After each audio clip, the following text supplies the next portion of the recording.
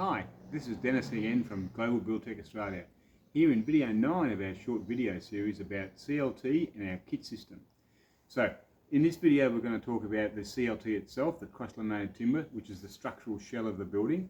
Now what we did in this case was we actually had this, we had steel posts put in by Surefoot posts, so that we were putting our flooring, our CLT flooring, which is 120 mils thick, on top of the posts. So this was our base. So what we did is we had 3 CLT floor panels, we had 6 different panels for the walls, and we had 8 panels for the roof. Now, absolutely perfectly, if this can go up, the whole structural shell can go up in I would say less than 2 days.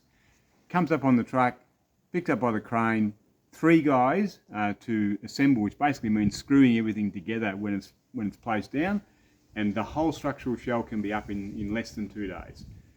Very fast, and that was the whole objective of us doing the CLT in the first place.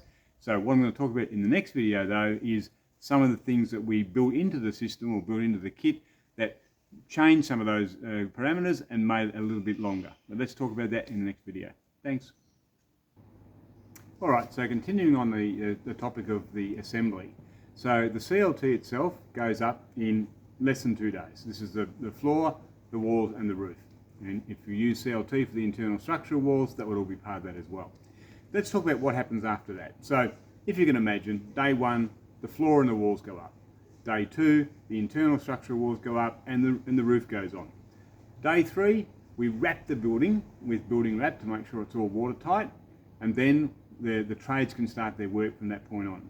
So beyond that, we have the electrician who comes in and does all of his runs, and basically what they do in CLT is actually drill all the face plates on the inside, but they drill through and run all their cables on the outside wall of the CLT. Then we have to batten out for our cladding. We use WeatherTex in the case of the first build, which is a great product, but it meant that we had to batten out for that, which meant we used 45mm battens all along to carry the WeatherTex. Now, that was a bit of a combination of some scheduling to make sure that went very smoothly. But now we've got, and then the roof came on as well, so we had a Colorbond roof. So on top of the CLT, we actually had the roofs come out to put that on.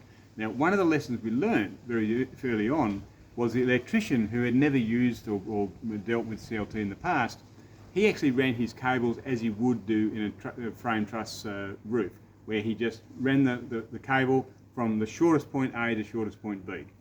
What we found and we'll use in the next build is we actually have to have all the cabling run up one section of the roof and along, because when the roofers come in, and you roofers will know this, when you put your battening down for the roof panels, you can't see where his cables are. So the risk of drilling through or nailing through and putting a hole in his cable was pretty high. Fortunately, we took a lot of care with that. It didn't happen, but it was a lesson learned to make sure that all our electrical cables run up in one section and along, so we avoid the problem of any damage to those cables when the roofers do their work. So I think that kind of gives you an idea of what some of the challenges were. We'll talk about a few more of them coming up in the trade section, if you like, of the build itself. Looking forward to that one, and catch you then. Bye.